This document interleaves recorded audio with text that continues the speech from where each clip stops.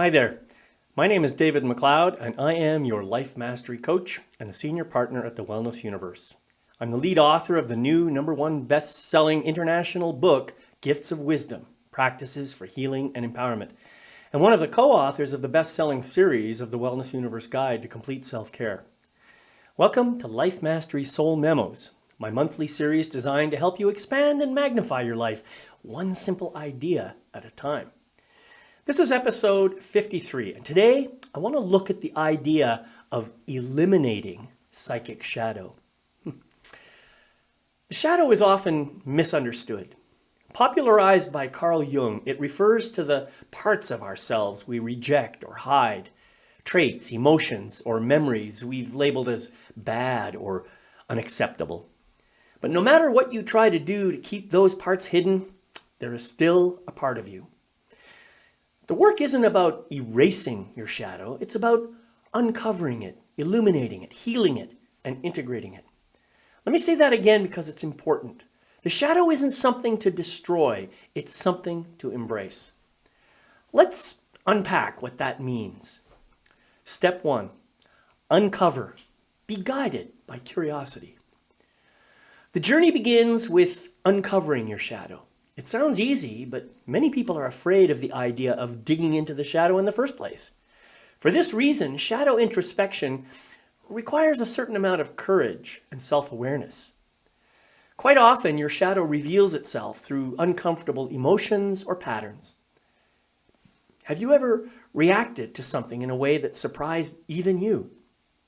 Perhaps a sharp tone with a loved one, or envy when a friend succeeds. These triggering kinds of moments can be windows into your shadow. One of the best tools for uncovering your shadow is journaling.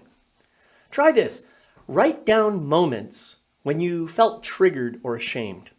Ask yourself, what am I afraid others might see in me? What parts of me am I hiding, even from myself? You may feel vulnerable when you do this, but remember, it is a journey of self-discovery, not self-criticism. So keep your mind quiet and your heart open. For example, let's say you often feel jealous. Rather than dismissing jealousy as wrong, ask yourself, what's beneath this? Is it fear that I'll never measure up? Is it longing for something I've neglected in my own life? By naming these emotions, you begin to strip them of their power.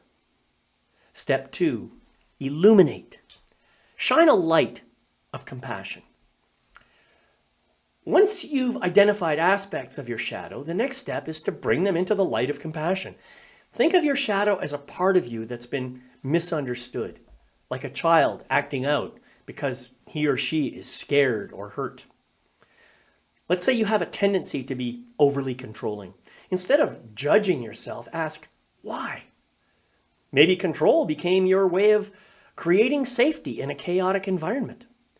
When you approach this with compassion, you realize it's not necessarily a flaw, it's a survival mechanism. And that understanding is where healing begins. This process can also benefit from external support. Sharing these realizations with a trusted friend, a coach, or a therapist can help you see your shadow from a kinder perspective. Such people generally respond with empathy, which mirrors the compassion you're learning to show yourself. Step 3, heal. Transform your wounds into wisdom. Healing isn't about fixing yourself.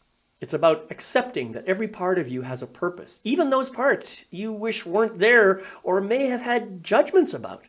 This doesn't mean excusing harmful behaviors. It means understanding their origins so you can choose a healthier path forward. Here's an example. Maybe you struggle with self-criticism. Ask yourself, what's this trying to protect me from? Perhaps it's trying to shield you from failure by pushing you toward perfection.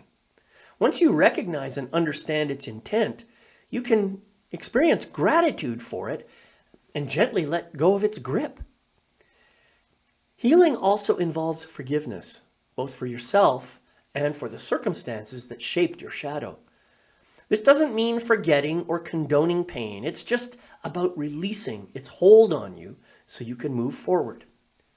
Step 4, integrate, returning to wholeness. Integration is the most transformative step. This is where you invite your shadow to sit at the table, not as an enemy, but as a teacher. You begin to see the gifts it brings: wisdom, resilience, empathy. For instance, that overly critical voice I mentioned earlier might also be the part of you that values excellence and discernment. When integrated, it can help you set healthy boundaries and make thoughtful decisions rather than tearing yourself down. When you learn to integrate your shadow, you reclaim the energy you once spent hiding or suppressing it. And this allows you to show up as your authentic self, whole, real, and trustworthy. And that's what I want to talk about next, the importance of authenticity. Here's something profound to consider. Most people can sense the truth about you, even if they can't quite put their finger on it. When you're hiding parts of yourself, it creates a subtle disconnect. People may not know why, but they feel it. And this often leads to a loss of trust. The antidote? Authenticity. When you embrace your shadow, rather than keeping it hidden, you allow yourself to be seen for all of who you are. Paradoxically, this vulnerability makes you stronger. It builds trust, not just with others, but with yourself too. You may have wished it might be possible to eliminate your shadow. Alas, it's not really possible, because your shadow is a part of who you are, even though you may have kept it hidden for a long time. It is far more desirable to find a way to heal the wound or trauma that brought the shadow into being in the first place. Embracing your shadow isn't easy. It takes courage, compassion, and a willingness to sit with discomfort. But it's worth it in far more ways than you can imagine. Each part of your shadow carries wisdom and gifts, waiting for you to uncover them. And as you integrate these parts, you step into your full power as an authentic, whole human being. If you like being inspired by people who learn from their circumstances and embrace the wisdom that emerges naturally out of those situations, then you'll love my new book, Gifts of Wisdom, Practices for Healing and Empowerment. Head over to Amazon right now and grab a copy for yourself, and maybe for a friend as well. Also, if you are looking for articles, videos, and other powerful content that can help you to improve your life, please check out my website at magnificence.com. This is a powerful membership and personal growth website geared toward helping people to remember the truth of who they really are and to express and experience the fullness of who they really are. There's a lot of great material on that website, so please don't pass it up. Head over to magnificence.com right away and check out this really cool membership site. Thank you for joining me today.